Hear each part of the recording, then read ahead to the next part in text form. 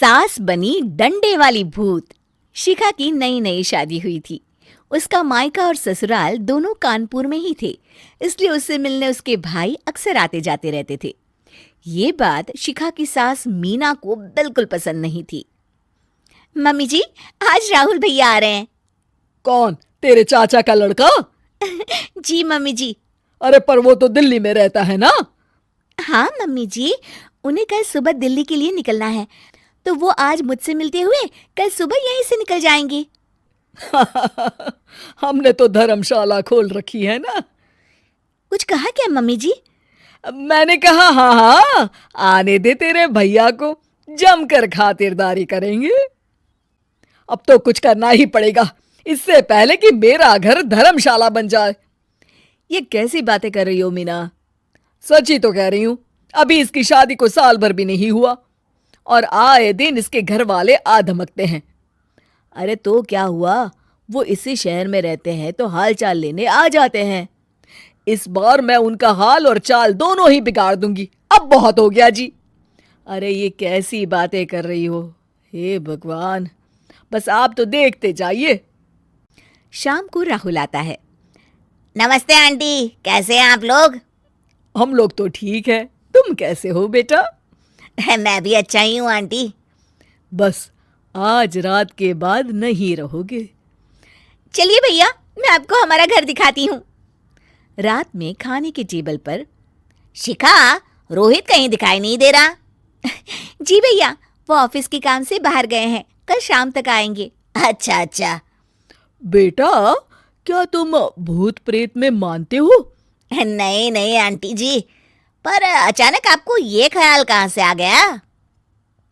पता नहीं क्यों, कभी कभी मुझे लगता है जैसे रात के समय बैठक में कोई घूमता रहता है।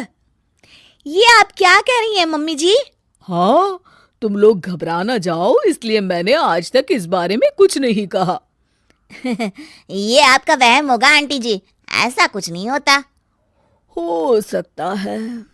चलो अब मेरा सोने का टाइम हो गया है तो चलती हूँ मैं। शिखा बेटा, राहुल के सोने की व्यवस्था वहीं दीवान पर कर देना। जी पापा जी। अब चलिए भी। अच्छा, तो बैठक में सोने वाले हैं साहबजादे। क्या बड़बड़ा रही हो? कुछ नहीं, आप सो जाइए। मीना और महेश के सोने के बाद शिखा और राहुल आपस में बात कर रहे होते हैं, तभी डोरबेल बजती है। अरे आप! सरप्राइज! काम जल्दी खत्म हो गया तो मैं आज ही चला आया। ये तो बहुत अच्छा किया। देखिए राहुल भैया भी आए हुए हैं, आप दोनों का मिलना भी हो जाएगा। कैसे हो रोहित? मैं तो ठीक हूँ भैया। शिखा, मैं भी आज यहीं सो जाता हूँ, राहुल भैया से बातचीत भी हो जाएगी। अच्छा अच्छा ठीक है। मीना आधी रात को उठती है, कंबल मुंह से पैर तक ओढ़ के डंडा लेके बैठक में आती है और देखती है दीवान पर चादर ओढ़े कोई लेटा हुआ है। देखो तो कैसे मजे से सो रहा है बहन के ससुराल में। मीना ताबड़तोड़ 4-5 डंडे मार देती है। अरे मर गया, अरे बचाओ बचाओ, कौन है? मीना जल्दी से अपने कमरे में भाग जाती है। हे भगवान, ये मैंने क्या किया? ये रोहित कहाँ से आ गया? लगता है ये नालायक राहुल मेहमानों वाले कमरे में सो गया होगा। आज तो इसकी खैर नहीं। उधर बैठक में, अरे क्या हुआ रोहित? मैं बाथरूम में था, तुम्हारे चिल्लाने की आवाज सुनी। पता है भैया, मैं सो रहा था, अचानक से कोई आकर मुझे डंडे मारने लगा।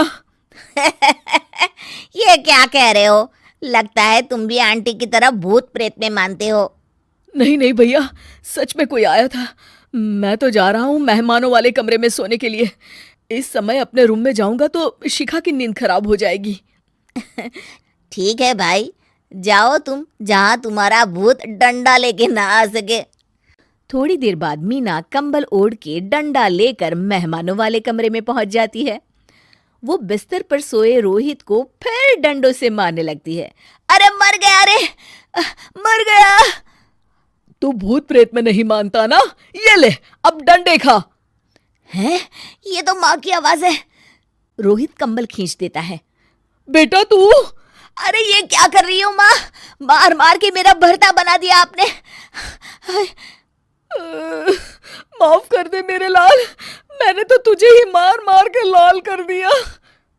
मैं तो उस राहुल के बच्चे को सबक सिखाना चाहती थी। राहुल भैया को? हाँ बेटा, मुझे लगा अगर उसे डंडे मारूंगी तो शिखा के मायके वाले यहाँ आना छोड़ देंगे। हे भगवान, माँ ये घर शिखा का भी है, उसके घर वाले जब चाहे आ सकते हैं। हाँ बेटा, आज मुझे भगवान का इशारा समझ में आ गया। मैं कितना गलत करने चली थी और अपने ही बेटे को चोट पहुंचा दी। अब चुपचाप जाके सो जाओ माँ, और किसी को कुछ बताने की जरूरत भी नहीं है। शिक्षा दूसरों का बुरा चाहने वालों के साथ भी बुरा ही होता है।